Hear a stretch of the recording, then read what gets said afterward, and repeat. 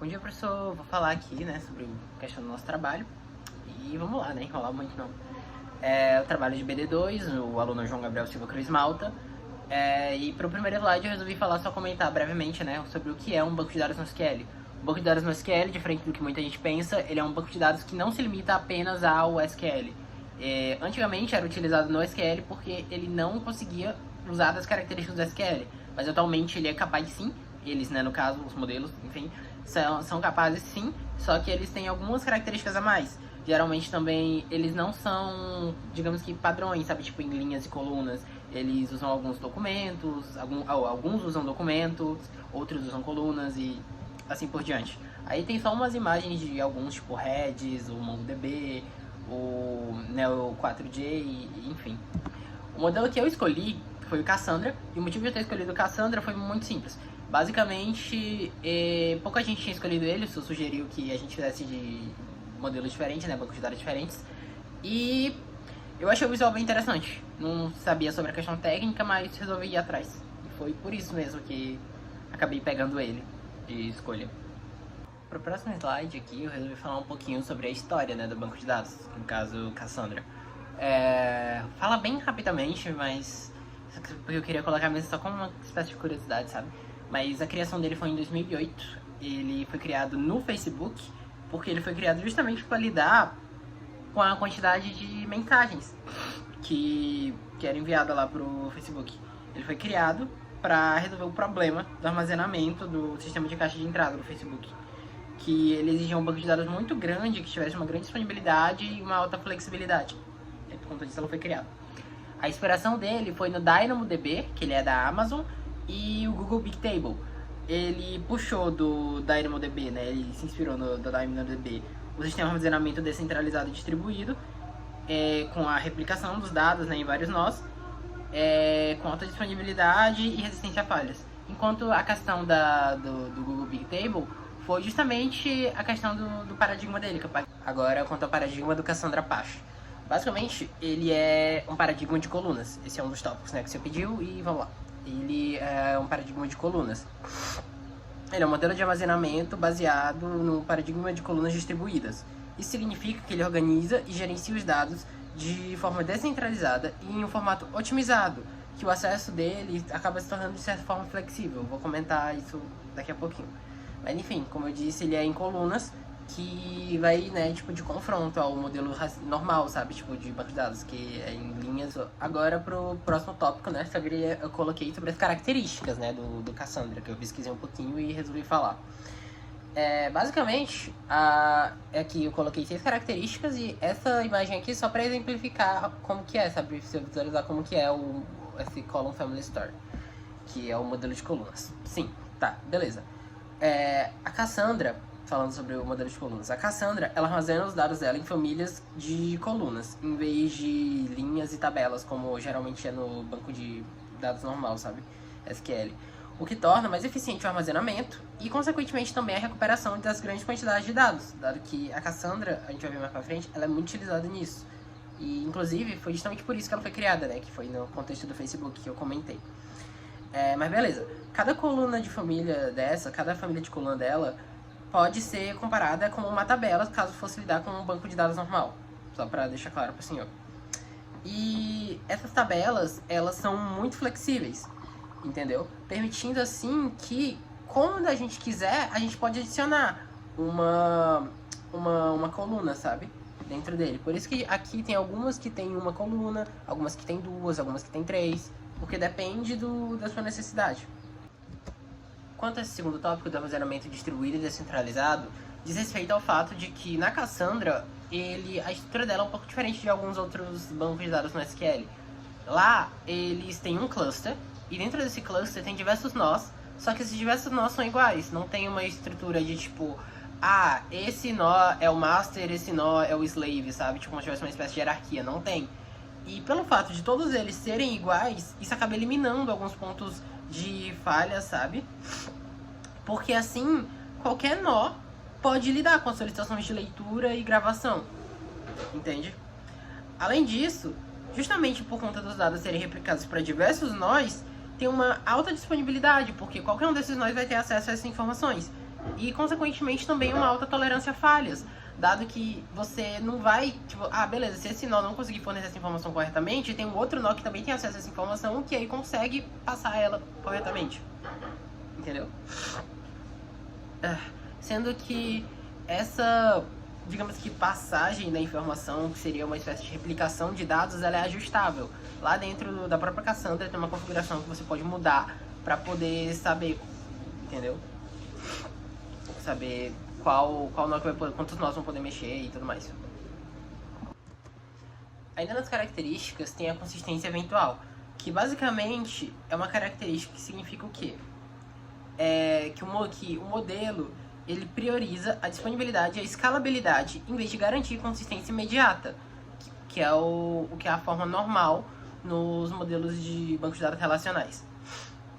Essa consistência eventual ela acaba fazendo com que tenha um pequeno atraso antes que todas as réplicas de um dado estejam atualizadas. Contudo, na Cassandra você consegue também ajustar isso para que tenha uma rigidez maior caso seja necessário para você. Por isso que eu tô batendo muito na pauta que ela é um modelo muito flexível. Você pode adicionar operações conforme sua demanda, você pode adicionar, que são no caso as colunas, né, e tudo mais, conforme sua demanda. Você pode adicionar, tipo, uma rigidez maior caso o seu projeto necessite que as informações sejam atualizadas constantemente. Tudo isso você pode escolher, sabe? Basicamente você pode mexer em tudo isso e alterar conforme suas necessidades, o que é muito bom quando você estiver mexendo com ele. Tópico 4, modelo de particionamento. A Cassandra ela usa um particionador que distribui uniformemente os dados entre os nós do cluster. E essa distribuição ela é com base em uma chave primária, que geralmente é o próprio usuário que insere, que coloca ela. Cada linha de dados ela é identificada por uma chave de partição, que determina em qual nó o dado vai ser armazenado, sabe? É mostrado até aqui, ó, tá vendo que tem essa row key, essa chavezinha ela define em qual nó que vai ser colocado aquele dado. Essa abordagem ela é muito boa, porque ela acaba distribuindo eficientemente os dados entre todos os nós, maximizando assim a escala horizontal e, consequentemente, o desempenho. Entre as características, por fim, é só o CQL, que é a Cassandra Query Language, que basicamente é a forma como a gente usa, né, para fazer as consultas e tudo mais na Cassandra. Que é uma forma, inclusive, muito acessível, porque ela é muito similar com a SQL, e isso faz com que a pessoa que esteja mexendo com a Cassandra acaba tendo uma certa familiaridade, sabe? É bem acessível por conta disso. Eu vou até comentar nela porque isso acaba sendo uma vantagem para o modelo da Cassandra, dado que pessoas que são mais familiarizadas com modelos relacionais vão poder mexer nela com uma certa facilidade. Certo. As vantagens da Cassandra Apache. Eu coloquei apenas 5, dado que eu não posso mais nem me prolongar muito. Mas vamos lá. Primeiramente, a escalabilidade horizontal verdadeira, que é porque com Cassandra você pode adicionar mais nós ao cluster de forma eficiente, sem ter necessidade de ter que fazer um downtime ou alguma configuração complexa. Quando pesquisei, eu nem fui atrás de saber o que era esse downtime, porque parecia ser bem avançado, para ser bem sincero pro senhor. Mas, basicamente, com isso, acaba ocasionando, né, acaba resultando em um aumento proporcional de desempenho, dado que ela pode adicionar, sem ter problema nenhum, uma quantidade maior de nós. O tópico 5, alta disponibilidade e tolerância a falhas, ocorre justamente por conta de que a Cassandra ela foi projetada justamente para continuar rodando sem falhas, sabe? Tipo, mesmo que tenha uma falha, na real não é nem sem falhas, mas com que caso, mesmo que tenha uma falha, ela possa continuar rodando, porque ela tem recursos que fazem com que ela possa ser assim, que no caso são justamente a replicação e a distribuição de dados. Isso aí acaba fazendo com que, tipo, mesmo que um nó falhe, ela vai continuar rodando sem problema nenhum. E, além disso, a Cassandra, ela suporta a replicação em vários data centers.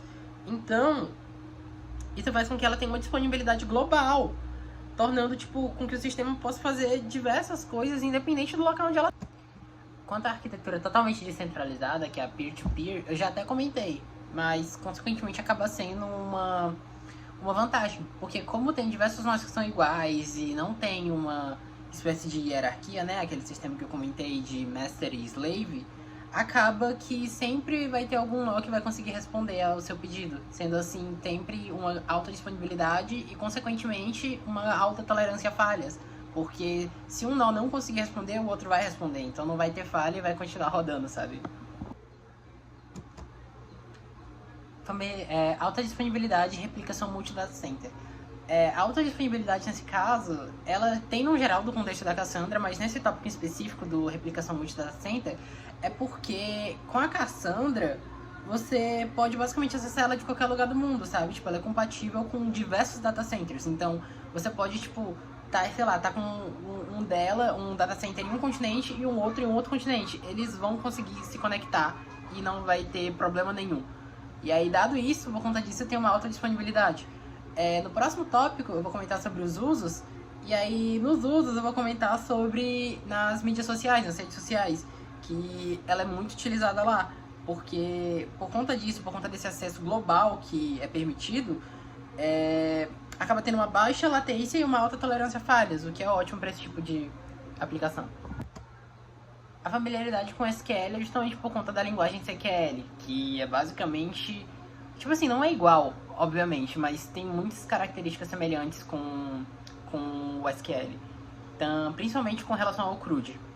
E por fim, o que acaba sendo uma vantagem. E por fim, a capacidade de manter consistência alta com leitura de reparação é algo que tem na Cassandra, que é um mecanismo chamado Read Repair, que no caso, durante uma leitura, os nós automaticamente ele corrigem alguma discrepância, alguma inconsistência que tenha entre as réplicas, caso exista. E aí isso é muito bom, porque basicamente ele corrige automaticamente, você não precisa se preocupar tanto com isso, com essa revisão, digamos assim, do conteúdo. E é isso. Por fim, eu coloquei aqui os casos de uso da Cassandra Apache, que eu vi que ela é muito utilizada em redes sociais. Inclusive nela surgiu com uma, né, que foi no caso o Facebook. Mas também ela é utilizada muito no Facebook, né, o Instagram, Twitter, entre outras. Eu vi que ela também é muito utilizada em sistemas de recomendação, como a Netflix, o Spotify. E por fim também eu vi que ela é muito utilizada na internet das coisas, que é a IoT, né, para poder automatizar as coisas, como casas, automóveis, etc. Enfim. Em resumo, eu só fiz isso de slide sobre a Cassandra e agora eu já vou pra a parte que a gente vai começar a mexer nela, que eu vou apresentar os dados e manipular, que é bem simplesinho também. Vamos lá, professor, pro último tópico, né? Aqui. Eita, esqueci de botar aqui na apresentação. Então vamos aqui rapidinho. Bem, os dados a serem manipulados, aqui porque assim, eu tentei instalar a Cassandra, mas a Cassandra inicialmente foi feita para rodar em Ubuntu. E aí para colocar no Windows é bem complicadinho e eu tive problema com as variáveis de ambiente. Aí eu tentei por 2 horas e não consegui, pessoal. Então eu só coloquei como seriam os queries nela, sabe, as consultas. E vou lhe explicar aqui como aconteceria, né? É muito similar com... Foi justamente uma das coisas que eu comentei, que seria familiaridade, né, com SQL, porque é muito parecido, é idêntico praticamente. Aí basicamente aqui começa a apresentação dos dados, né, que eu coloquei, aí os dados a serem manipulados. Ele cria um espaço, que é basicamente como se fosse o banco de dados dele. Aí ele passa as classes da replicação, né, o fator de replicação comum, que eu comentei, né, que dava pra escolher qual era o fator de replicação, enfim. Aí ele coloca para começar a utilizar esse espaço aqui, que é a rede social. Aí ele cria uma tabela usuários, passando o ID, o nome, o e-mail e a data de criação, com timestamp, tipo teste aqui no nome e o ID como inteiro e primary key. E aqui é só uma rede social, para ser bem simples. Aí a tabela aqui, postagens, ele cria ID, int primary key, ID usuário que é inteiro, conteúdo da postagem, a data da publicação da postagem e o ID usuário, né, como ele recebe da tabela usuário, ele é chave estrangeira, então foreign key e referências. Certo, vamos lá, esses vão ser os dados que vão ser manipulados. Vamos lá pro CRUD, né, primeiramente a criação. Aí eu estou aqui, né, povoando a tabela. Aí eu coloquei na tabela usuário o usuário de ID1, que é João Malta, com esse e-mail, E a data eu coloquei para ser timestamp, né, now, que é a atual. Aqui o insert, né, como eu disse, é basicamente a mesma coisa mesmo do SQL, que a gente usa no Postgres, né, que a gente é acostumado e tal. Que a gente informa a tabela que vai ser colocado, não precisava nem ser assim, podia ser aquela outra estrutura que é insert entre usuários, values e já colocar direto, mas eu quis botar assim para ficar mais visual, sabe? Tipo ID1, João Malta nome, enfim. Aqui é a mesma coisa, eu tô criando um segundo usuário, que eu tenho aqui, ó, Thiago Elias. Aí depois eu tô colocando nas postagens também, que aqui é o ID1, que é o ID da postagem, que foi o usuário que fez a postagem, conteúdo, timestamp, que é a mesma coisa, só variei. Aí, leitura de dados. Leitura de dados, vamos lá, é porque eu fiquei com medo de não estar gravando. Eu coloquei basicamente só um select. Aqui seria um select bem simples, né? Eu queria colocar todas as postagens do usuário que tivesse D1. No caso, só era para aparecer uma, caso fosse seguir, né, aqueles inserts. Eu não pensei em muita coisa para fazer com isso, mas eu coloquei ademais só esse aqui, que seria como se fosse uma espécie de feedzinho, porque ele vai mostrar todas as postagens e vai organizar conforme a data de publicação. Como é da decrescente, ele vai mostrar, tipo, as mais recentes, depois as menos recentes, sabe? Como se fosse um feed, tipo, postou aqui uma, postou aqui outra que veio antes, que veio antes. Seria isso. Ia ficar bonitinho até. Aí, atualização de dados. Aqui é o update, né? Mesma sintaxe, update, tabela, enfim, update da tabela, setando o atributo como novo, onde, condição, né? Enfim. Aí vamos lá, o que eu tava mudando? Eu tava mudando a tabela dos usuários, o nome para João Pedro, onde o ID fosse 1. Então, onde eu tinha colocado João Malta, é para ficar João Pedro, ficaria João Pedro. Aqui na postagens eu tô atualizando também o conteúdo da postagem onde o ID é 1, que seria essa aqui postando pela primeira vez. Aí eu botei para atualizar minha postagem e atualizei também a de ID2, que em vez de Hello World, eu mudei para Amo Programar com a parte Cassandra. E por fim seria o delete. O delete, ele é também da mesma forma, né? É um delete from usuário onde o ID é 1 e o delete from postagens onde o ID é 2. Só tô removendo a postagem de ID2, que seria essa aqui com o Amo Programar, já que a gente teria atualizado, né? E o usuário de D1, que seria o João Pedro, já que a gente também teria atualizado aqui. Eles iam ser removidos. E é isso, professor. Acabou, foi basicamente isso aí. Tive que fazer dessa forma, dado que tive um empecilho que não consegui instalar, né, o Cassandra. Mas foi isso. Muito obrigado, professor, por ter assistido.